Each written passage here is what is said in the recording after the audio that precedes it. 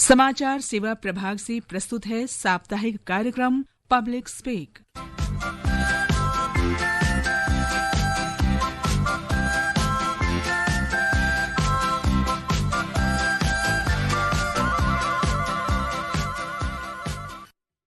नमस्कार, public speak में आप सभी का स्वागत है। मैं हूं निखिल कुमार और आज का हमारा विषय है हीट वेव के दौरान सुरक्षित रहने के उपाय। इस विषय पर बातचीत करने और आपके प्रश्नों का उत्तर देने के लिए आज स्टूडियो में आमंत्रित विशेषज्ञ हैं भारतीय मौसम विज्ञान विभाग के वैज्ञानिक डॉक्टर R.K. जैनामणि और लीडिंग हार्डिंग मेडिकल कॉलेज में मेडिसिन विभाग के प्रोफेसर डॉक्टर अनुपम प्रकाश। आप दोनों का बहुत बहुत स्वागत है। नमस्कार। और श्रोताओं, अब आपकी फोन कॉल्स का हमें इंतजार है। स्टूडियो की फोन लाइंस खुली हुई हैं। आप हमारे स्टूडियो के नंबर 233-1444 और दूसरे नंबर 23421050 पर फोन करके अपने प्रश्न पूछ सकते हैं और दिल्ली का STD कोड 011 लगाना ना भूलें। आप हमारे Twitter handle @AIR News Alerts पर भी #AskAIR के जरिए अपने क्वेश्चंस पोस्ट कर सकते हैं। ये कार्यक्रम हमारे mobile app news on AIR और दूरदर्शन की DTH सेवा पर भी उपलब्ध है। आप दोनों का एक बार फिर से स्वागत है। नमस्कार। जैनामणि जी, सबसे पहला सवाल मेरा आपसे यही है आज कि हीट वेव वास्तव में है क्या और ये किस तरह से लोगों पर असर डालता है और ये कब होता है? जो हीट वेव है वो एक्चुअली जो हमारा एक डेफिनेशन होता है, जो हम जैसे समर सीजन में तापमान बढ़ता रहता है तो एक एवरेज टेम्परेचर होता है, यानी जो सामान्य से ज़्यादा होना उसी को हीट वेव बोलते हैं। लेकिन वो सामान्य जैसे दिल्ली का अभी आजकल सामान्य जो है 34 डिग्री 35 डिग्री है। अगर 5 डिग्री एबव रहता है, 4.5 डिग्री हम लेते हैं एबव नॉर्मल, और 40 डिग्री से ज़्यादा होना चाहिए, 40 से ज़्यादा। अगर 40 से ज़्यादा है जो मैदानी इलाका के लिए, और जो नॉर्मल जो एवरेज होता है, एवरेज से अगर 4.5 या 4.5 से एक ज़्यादा होता है तब हीट वेव कहा जाता है। लेकिन हिल एरिया, कोस्टल एरिया, वहाँ तापमान कम होता है, जैसे हिमालय का क्षेत्र है, चाहे उत्तराखंड, हिमाचल या जम्मू कश्मीर है, उसके लिए डेफिनेशन जो है वहाँ तक अभी 40 डिग्री रिकॉर्ड नहीं होता है। वहाँ का तापमान थोड़ा कम में हीट वेव डिक्लेयर किया जाता है। लेकिन एवरेज के ऊपर अगर रहता है 4.5 तो हम हीट वेव मानते हैं, चाहे कोस्टल है या चाहे प्लेन्स है या हिल्स है। इस बीच दिल्ली से हमारे पहले श्रोता धर्मवीर हमारे साथ फोन लाइन पर है। धर्मवीर जी, स्वागत है कार्यक्रम में, आपका प्रश्न पूछिए। धन्यवाद। नमस्कार सर, मैं धर्मवीर गांधी दिल्ली से बोल रहा हूँ। नमस्कार डॉक्टर साहब, जैसे आजकल हमारे देश में शुगर के पेशेंट काफी हद तक है, काफी ज्यादा है, बीपी के भी। ऐसे व्यक्ति को अगर क्या सावधानी बरतनी चाहिए कि जो उसको लू लग जाए? लू के क्या लक्षण होते हैं और क्या लू बाहर निकलने से ही लगती है कि लू घर के अंदर रहने के बावजूद भी लग जाती है? इसके ऐसा होता है क्या?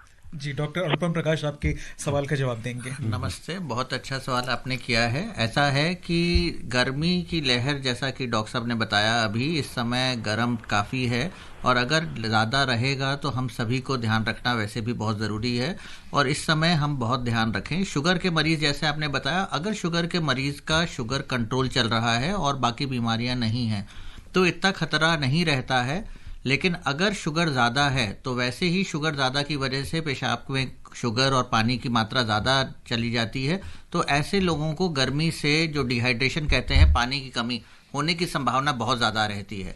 जैसा कि आपने दूसरा पूछा कि घर के अंदर रहते हुए भी अगर है हमें शीत, ये गर्मी की लहर जो है उसका प्रभाव हो सकता है, तो हाँ, ऐसा बिल्कुल संभव है। अगर आपकी गर्मी, अगर आप छाँव में भी हैं लेकिन टेम्परेचर, जो तापमान ज़्यादा है, तो उस समय भी आपको ज़्यादा लग सकता है, ज़्यादा आपको जो है गर्मी की लहर का दुष्प्रभाव पड़ सकते हैं।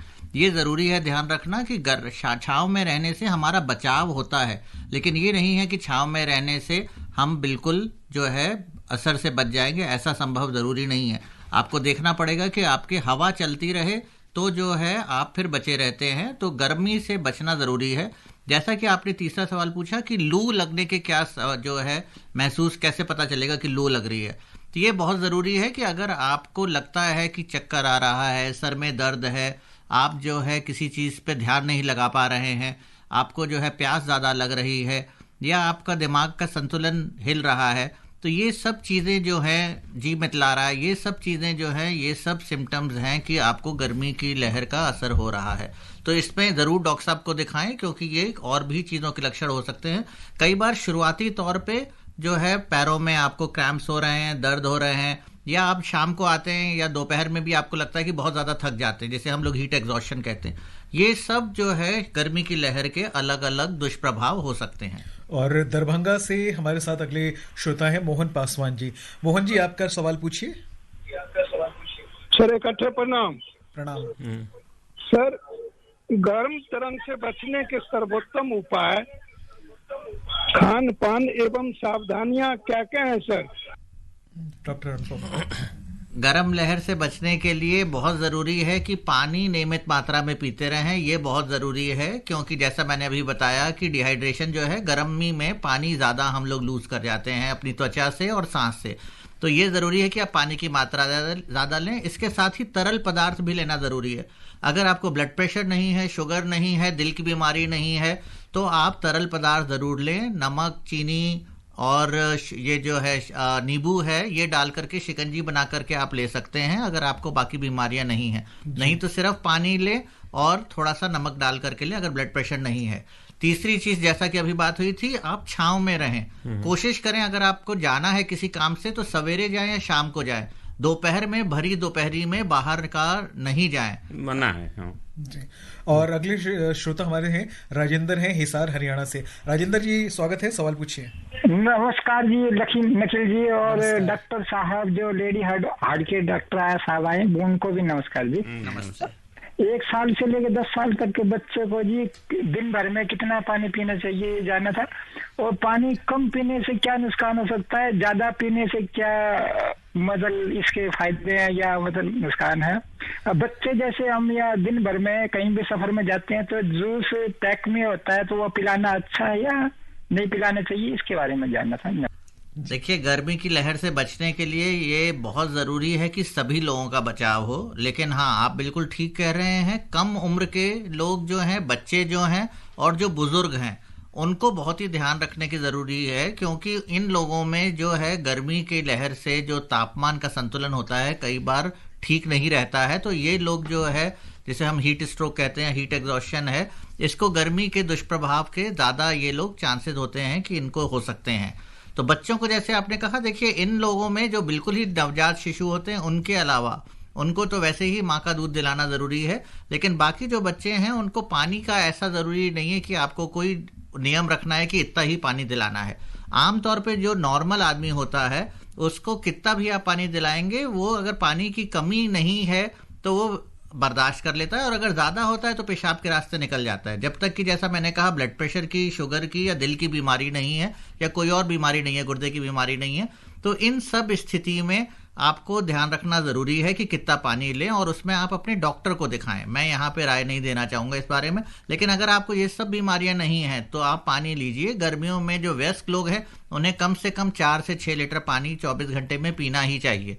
और अगर बच्चे जैसे हैं, 8 से 12 साल के बच्चे हैं, तो मैं उनसे कहूँगा 2-2.5 लीटर तक पानी आराम से ले सकते हैं।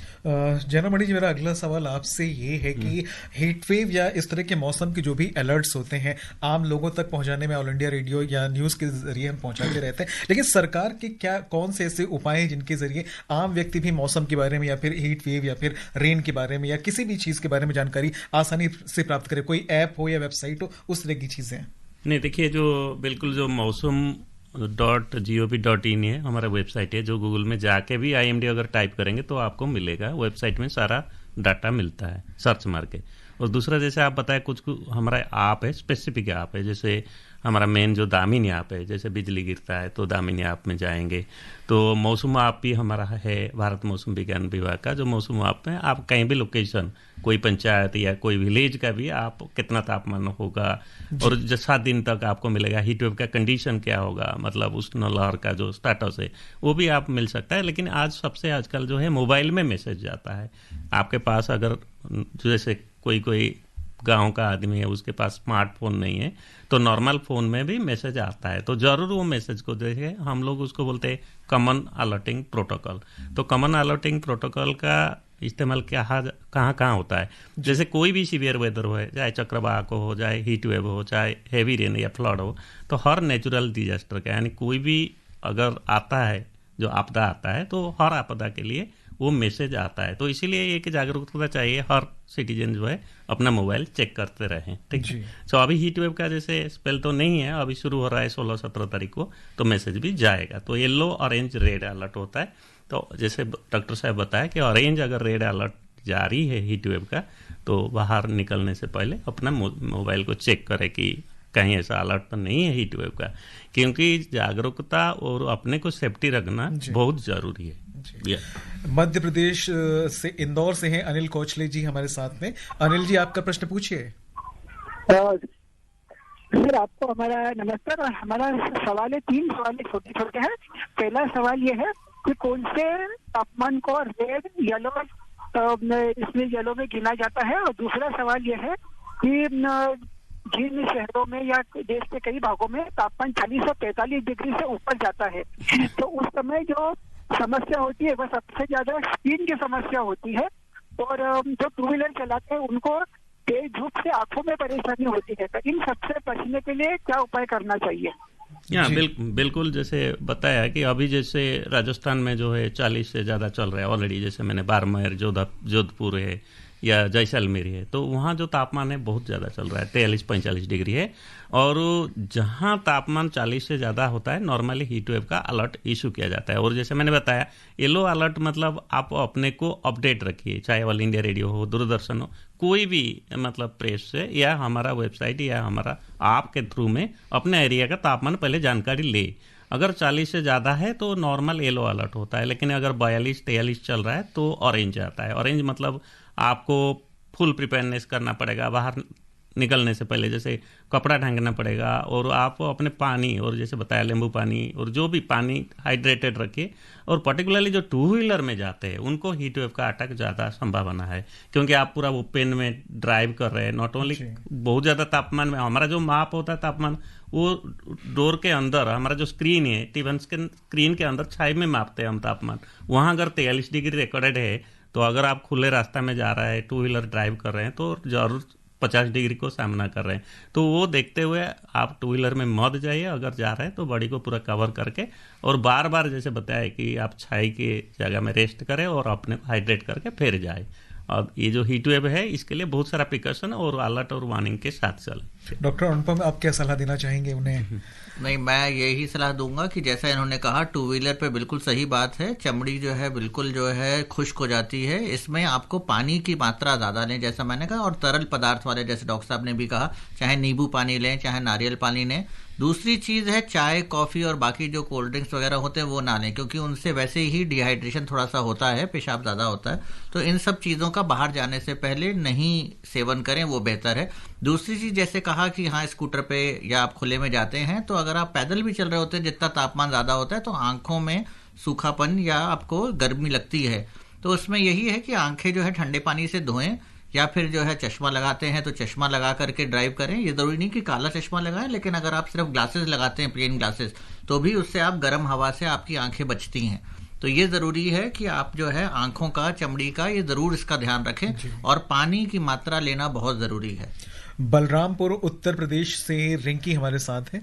रिंकी जी, स्वागत है, सवाल पूछिए। Hello sir, Ram Ram. राम राम, सवाल पूछिए। और हाँ सर, मैं दोनों एक्सपर्ट को मैं राम राम बोलना चाहूंगी। सर नमस्ते। नमस्ते। नमस्ते जी सर, मेरा प्रश्न ये है, जैसे तापमान को लेकर बात हो रही है और मतलब निखिल सर ने पूछा भी इसमें बहुत सारे सवाल, तो मैं ये जानना चाहती हूँ, जैसे मैं रूरल एरिया में आती हूँ, ग्रामीण, तो मैं देखती हूँ जैसे जो हमारे किसान होते हैं, फार्मर होते हैं, वो चाहे वो 35+ हो या 45 हो, वो उसमें काम करते रहते हैं। तो उनके लिए क्या सावधानी है प्रॉपर? नहीं, देखिए, जो बिल्कुल जैसे है कि जो लाइवहुड होता है, यानी इनको डेली जो है खेती में जाना पड़ता है, लेकिन पॉइंट हम लोग जैसे बार बार बोलते हैं कि जो मई महीना और जून महीने का जो धूप है, तो आप जो है जैसे सुबह करें खेती, सुबह बहुत सुबह जाके, जैसे सुबह 6 बजे जाए और 9, 10, 11 बजे वो घर को अंदर आके रेस्ट करे, और उससे फिर शाम को आप कुछ और करना चाहते हैं, पानी देना चाहते हैं, बहुत सारा जो काम है जिसमें आपको लू नहीं लगेगा या जिसमें आप हीट का जो अटैक हीट वेव का नहीं होगा, वो अडॉप्ट करिए। यही हमारा अभी जो आ रहा है दिन भर दिन उभर के, कि जो लोग बाहर में काम करते हैं उनको हीट वेव का ज़्यादा लगने का, लो लगने का शंका रहता है। तो इसलिए इसमें प्रिकॉशन, सेफ्टी रहना चाहिए। और बहन, आप लोग जैसे है गांव में एक जागरूकता पता है ये सभी को कि भाई मध्य प्रदेश जो है काफ़ी हीट वेव में रिपोर्ट होता है डेथ, और इसीलिए अगर हीट वेव और डाटा क्या चल रहा है एक्चुअल, जैसे मध्य प्रदेश में 16-17 को शुरू हो रहा है हीट वेव, तो उसके अंदर न जाए किशन जो है 11 बजे से 3-4 बजे तक। या मुंबई से राहुल पटेल जी हमारे साथ हैं। राहुल जी, आपका प्रश्न क्या है? नमस्कार सर, मेरा प्रश्न ये है कि सपोज कोई दोपहर के समय कोई धूप में बाहर निकल जाए और उसको लू की झपेट में आ जाए, तो उसको हम प्राथमिक उपचार क्या दे सकते हैं इसके उसकी स्थिति फिर से नियंत्रण में आ जाए? धन्यवाद। डॉक्टर अनुपम, देखिए, लू से बचाव बहुत ज़रूरी है। तो जैसा कि अभी डॉक्टर साहब ने भी कहा, दोपहर में जाना अवॉइड करें। अगर जाना ही पड़े तो सर ढक करके जाएं। जैसे किसानों का भी कहा, तो ये लोग गमछा रखते हैं, गीला पानी भिगो करके कपड़ा रखते हैं, जिससे बार बार आप सर पे रख लेते हैं, तो उससे आपको जो है गर्मी का जो आपके शरीर से जा रही होती है गर्मी कम जाती है। हल्के रंग के कपड़े पहने और जो है कसे कपड़े ना पहने। जैसे छांव में भी जैसे लू पड़ लगने का है तो पंखा चला करके रहते हैं लोग, और हल्के कपड़े खुले रखिए और मोटे कपड़े ना पहने। आजकल लोग जैसे जीन्स वगैरह पहनते हैं, वो दिक्कत दुखता ही है, क्योंकि आपकी गर्मी निकलेगी, पसीना अंदर ही अंदर रहता है। और जो है हल्के रंग के कपड़े पहने। और अगर खुदा ना खास्ता आपको लू के सिम्टम्स जैसा मैंने बताया, चक्कर आना, सर दर्द, घबराहट, आपका कंसंट्रेशन आप नहीं कर पा रहे हैं, ध्यान नहीं लगा पा रहे हैं, आपको उल्टी सी लग रही है और आप बेहोशी की हालत पे आ रहे हैं, अगर आपका ऐसा हो ही जाता है ना खुदा ना खास्ता, तो अस्पताल जाएं। उस समय जाते समय आप ठंडे पानी की पट्टियां रख सकते हैं। अगर आमतौर पे साधारण पानी की भी पट्टियां रखेंगे तो टेम्परेचर जो है शरीर का कम आ जाता है।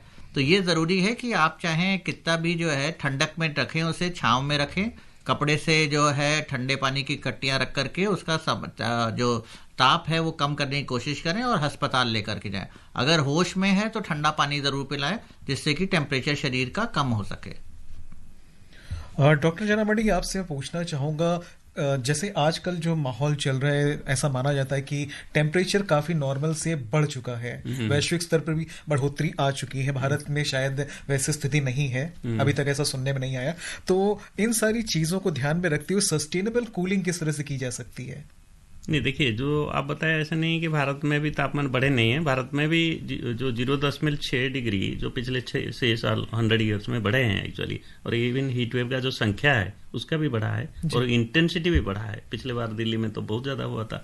तो इसको देखते हुए जैसे वो ग्रीन छत बोलते हैं कि आप घर का जो, चाहे आप कहीं भी रहे तो घर के ऊपर कुछ ग्रीन कवरेज आता है, तो बहुत सारा अवेलेबल है। आप गूगल सर्च मार के भी देख सकते हैं। जैसे गांव में कोई आपका अगर कंक्रीट छत है तो उसके ऊपर आप कुछ डाल सकते हैं, कुछ नड़े डाल सकते हैं, जैसे पैडी का जो स्ट्रॉ, और कुछ पानी डाल के आप खुद कूलिंग कर सकते हैं। क्योंकि जो एयर कंडीशनिंग है, अगर देखा जाए इंडिया में 8% जो पॉपुलेशन है वो ओनली अफोर्डेबल एयर कंडीशनिंग में है, यानी 92% जो है विदाउट एयर कंडीशनिंग है। तो वो 92% तो यही जो अडॉप्ट करते हैं कि कैसे टेम्पररी गर्मी से बचे। जैसे कूलर है ना, ये एक एडप्टेबिलिटी है मतलब। और अदरवाइज जैसे अगर बाहर आप काम कर रहे हैं तो बार बार आप गामछा अगर कवर करें अपने शरीर को, और जो बोलते हैं ना, जो कोई भी सिम्टम आने ना दिया जाए, क्योंकि हीट वेव जो है किलर होता है, very difficult to tackle once body get into the heat wave. और इस बीच बेंगलोर से हमारे साथ श्रीकांत जी हैं। श्रीकांत जी, आपका सवाल पूछिए।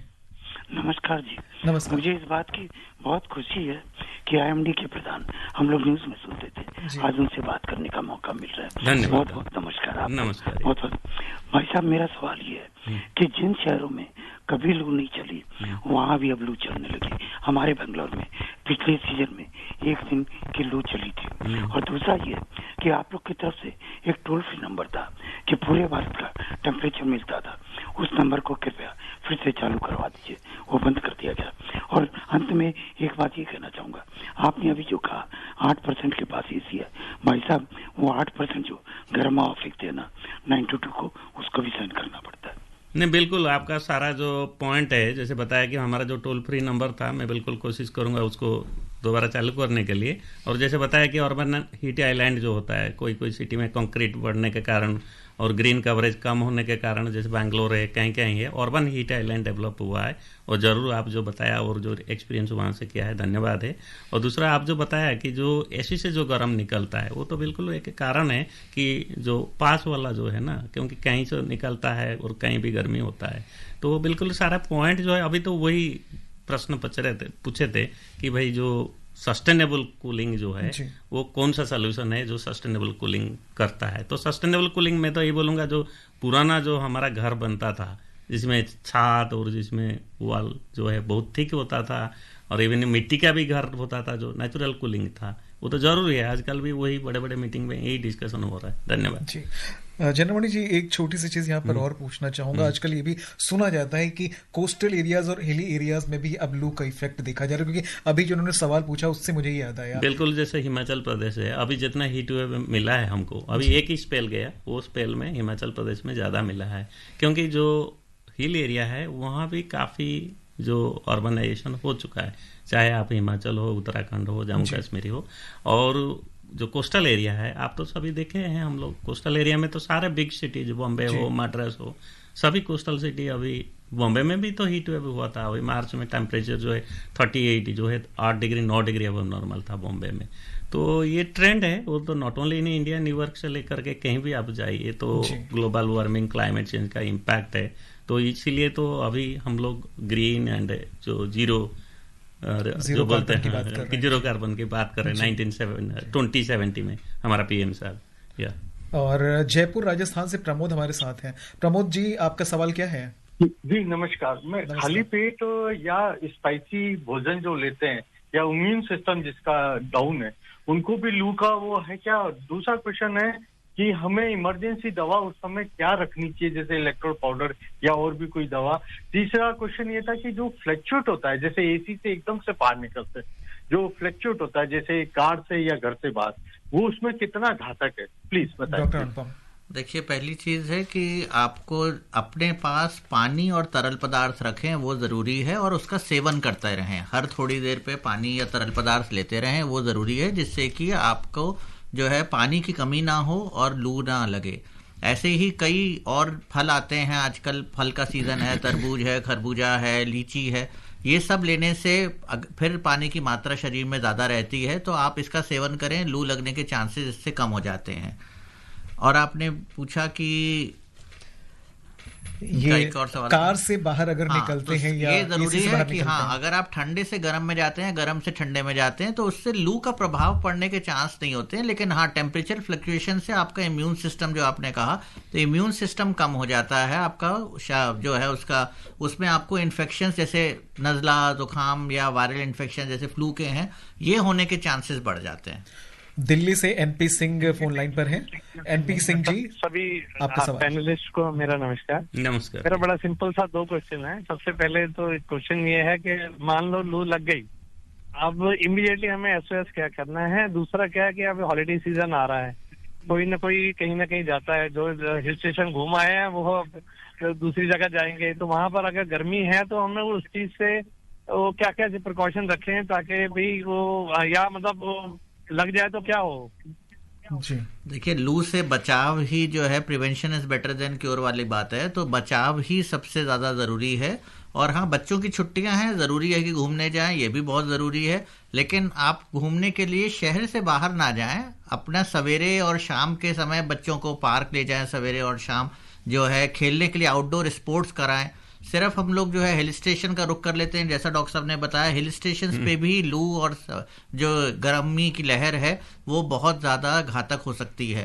तो उसमें जाकर के, और आजकल आपने देखा ये सभी लोग हिल स्टेशन जाते हैं तो कितनी लंबी कतार रहती है, उससे जैसे जीरो कार्बन की जगह तो और ज़्यादा कार्बन एक्सपेंडिचर होता है और समय का नाश होता है। तो बेहतर है कि आप अपना ऐसी जगह जाएं जहां आपको ठंडा रहे, तो आप घर के अंदर रहें, बच्चों के साथ अपना समय व्यतीत करें और बच्चों को सवेरे और शाम खेलने के लिए ले जाएं। वो ज़्यादा ज़रूरी है कि आप लू के खतरे से बच्चों को या अपने को अवगत कराएं। डॉक्टर साहब, इसमें एक चीज़ और उन्होंने पूछी थी, प्राथमिक उपचार क्या हो सकता है? हाँ, प्राथमिक उपचार देखिए, हम लोग सब कहते हैं कि लू लग जाए, लू लग जाए, तो अब लू लग जाए का कितना असर है वो ज़रूरी है। अगर बच्चे को या बड़े को सिर्फ चक्कर आ रहा है, घबराहट आ रही है, तो आप पानी का सेवन कराएं और उसे आराम कराएं और ठंडी जगह रखें, ये ज़रूरी है। अगर बच्चा गफलत में जा रहा है या बड़ा जो है गफलत में जा रहा है, होश नहीं है या ध्यान नहीं कर पा रहा है या मुंह से नहीं ले पा रहा है, तो ऐसी स्थिति में सिर्फ ठंडे पानी की पट्टियां रखें और जो है उस बच्चे या वयस्क को अस्पताल ले जाए। डॉक्टर जनमंडी, आपसे मैं पूछना चाहूंगा कि जो हीट वेव होती है ये सिर्फ दोपहर के समय होती है या शाम को हो सकती है, रात को भी हो सकती है या अल सुबह भी हो सकती है? हाँ बिल्कुल, ये बहुत इंटरेस्टिंग क्वेश्चन है। जो हीट वेव का जो मैक्सिमम देखा गया, जो हम बोलते हैं इम्पैक्ट फैक्टर, यानी कब हीट वेव लगता है, तो हीट वेव का 4 पैरामीटर होता है। जैसे आज अगर हीट वेव शुरू हुआ, एक तो ये है कि कौन सा दिन में पहुंचा है। कभी कभी दिल्ली में कंटिन्यूअसली पिछले साल 15 दिन 20 दिन हुआ, तो वो एक तो स्पेल होता है। दूसरा, वो पर्टिकुलर डे का तापमान कितना गया दिन का, वो एक हो गया सेकंड। और थर्ड पैरामीटर जो है रात का तापमान कैसा रहा। अगर रात का तापमान ज्यादा रहता है तो देन हीट वेव और जो बोलते हैं कि बहुत फर्टिलिटी होता है। तो इसीलिए बहुत सारा पैरामीटर। और ह्यूमिडिटी, जो नमी, अगर नमी ज्यादा है तो आपको बहुत एक्स्ट्रा केयरफुल रहना पड़ेगा। तो ये दिखाया गया कि जो पश्चिम भारत है, मई और जून में हीट वेव का काफी खतरनाक होता है। और अगर पूर्व भारत का जैसे उड़ीसा, आंध्र प्रदेश, झारखंड, ये जो जगह है, ये इलाका में अप्रैल मई का हीट वेव होता है, क्योंकि जून में मानसून आ जाता है, लेकिन बहुत ज्यादा इसमें होता है सनस्ट्रोक। या मथुरा से चौधरी महेंद्र सिंह फोन कर रहे हैं हमें। जी, आपका सवाल पूछिए। महेंद्र जी, आपका सवाल पूछिए। जी, आदरणीय आमंत्रित विशेषज्ञ महोदय, नमस्कार। नमस्कार सर, मेरा प्रश्न ये है कि जो लोग 12 महीने जलती हुई भट्टियों पर काम करते हैं, वो अपने आप बचाव कैसे कर सकते हैं? नहीं, बिल्कुल मैं इसको इसी तरफ लूंगा कि पुराना जमाना में हो सकता है कोई, मतलब उस टाइम का तापमान इतना नहीं था और इतना लंबा हीट वेव नहीं चलता था। लेकिन आजकल कोई अगर काम कर रहा है, मेरे पास तो ऐसे कोई ना मीडिया में रिपोर्ट आई, ऐसे मतलब सोचना ठीक नहीं है, क्योंकि आजकल का लोग बहुत केयरफुल है और दोपहर में बिल्कुल निकलते नहीं है। अनटिल अनलेस कोई जैसे अर्जेंट काम है तो निकलते हैं, तो अपने सेफ्टी के साथ निकलते हैं। लेकिन जो भाटी आप जो बताया कि जो काम करते हैं भाटी में, चाहे ईंट का भाटी हो, कहीं भी हो, बट वहाँ भी काफ़ी जागरूकता बचाव वो करते हैं। इवन कंट्रैक्टर हो या जो भी लगाया, वो भी उनको रेस्ट देता है, चाहे वो कंस्ट्रक्शन में है, कोई घर का चल रहा है, कोई बड़े बड़े सिटी में। तो सरकार सारा जगह में काफी जागरूकता है। मुझे नहीं लगता है कोई लंबा टाइम काम करता है, क्योंकि आजकल का तापमान बहुत ज्यादा रहता है। थाने महाराष्ट्र से गुरुनाथ हमें फोन कर रहे हैं। गुरुनाथ जी, स्वागत है, प्रश्न पूछिए आपका। जी सर, नमस्कार। नमस्कार सर, मेरा क्वेश्चन है सर, ये मतलब टेम्परेचर तो ज्यादा ही है यही, लेकिन मतलब 40, 45, 50 तक पहुंचता है। तो सर, ये जो बुजुर्ग आदमी को मतलब जिनको कुछ मतलब पहले से बीमारी है, और इसमें देखा गया है कि मतलब कुछ यंग लोगों का भी डेथ हो चुका है लू लगने से, तो सर इसमें मतलब क्या पानी की मात्रा एकदम से शरीर से कम होने के बाद ही मौत तो मतलब ये डेथ होती है? और ये जो मतलब ये जो यूरिन के, सर जो यूरिन के बारे में पूछ रहा हूँ, यूरिन जो करते समय जो मतलब उसकी जलन, इसके मतलब ज्यादा टेम्परेचर बढ़ने से मतलब क्या है यूरिन के लिए, मतलब क्या तकलीफ क्यों होता है? डॉक्टर अनुपम। देखिए, बुजुर्ग लोगों में पानी की मात्रा कम होने की एक अलग बात है। अगर पानी ज़्यादा देने में भी उन्हें देखना पड़ता है, दिल की दिक्कत ना हो तो आपको वो भी देखना पड़ता है। और बुजुर्ग लोगों में सबसे बड़ी बात ये, जो उनका मस्तिष्क में जो तापमान का संतुलन होता है, थर्मो रेगुलेटरी सेंटर, वो उम्र के साथ साथ कई बार क्षीण हो जाता है, जिसकी वजह से वो गर्मी के प्रभाव में उस हिसाब से पूरे शरीर से गर्मी का असर ज़्यादा जल्दी असर कर जाता है। तो इसलिए बुजुर्ग लोगों में हमें ध्यान देना ज़रूरी है। तो ये बहुत ज़रूरी है। पेशाब की मात्रा, अगर आप कम पानी पी रहे हैं तो पेशाब की मात्रा जो है कम होती है और उसमें फिर आपको जलन हो सकती है। तो उसके लिए आपको पेशाब की जांच एक बार करानी पड़ेगी। अपने डॉक्टर से ज़रूर परामर्श करें। इसलिए डॉक्टर जनमंडी के चलते चलते आप हमारे श्रोताओं को क्या सलाह देना चाहेंगे, किस तरह का उन्हें व्यवहार रखना चाहिए? नहीं, बिल्कुल यही, अपने को सेफ्टी रखने के लिए आप अपना ही ख्याल रखें। और ऑलवेज जो है, आप ऑल इंडिया रेडियो या दूरदर्शन, जहां भी आपको इन्फॉर्मेशन लेना पड़ता है, या वेबसाइट जाए और पहले अपना तापमान देखे, इलाका या जहां जा रहे हैं, आप टूर कर रहे हैं, उसका तापमान ले और अवॉइड करें जो दोपहर में ट्रैवल करना। यही है। डॉक्टर अनुपम, आप क्या कहेंगे? मैं कहूँगा अपना ध्यान रखें, घर में सभी का ध्यान रखें, पानी ज़्यादा पिएं और बाहर विचरण ना करें धूप में। जी। और श्रोताओं, कार्यक्रम का निर्धारित समय अब समाप्ति की ओर पहुंच चुका है। इस कार्यक्रम में शामिल होने के लिए आप सभी का आभार व्यक्त करते हैं और चर्चा में भाग लेने और श्रोताओं की जिज्ञासाओं को समाधान करने के लिए डॉक्टर आर.के. जनामणि और डॉक्टर अनुपम प्रकाश, आप दोनों का भी मैं धन्यवाद करता हूं। धन्यवाद। तो श्रोताओं, आज का कार्यक्रम कैसा लगा, आप इस बारे में हमें अपने suझाव ईमेल कर सकते हैं। हमारा पता है airnsdtalks@gmail.com। इस कार्यक्रम को अगर आप दोबारा सुनना चाहते हैं तो आप newsonair.gov.in पर जा सकते हैं। इसके साथ ही पब्लिक स्पीक का ये अंक यहीं पर समाप्त होता है। अगले सोमवार को रात 9:30 बजे हम एक नए मुद्दे के साथ चर्चा के लिए उपस्थित होंगे। तब तक के लिए निखिल कुमार को कार्यक्रम पब्लिक स्पीक यहीं पर संपन्न करने की अनुमति दीजिए। नमस्कार।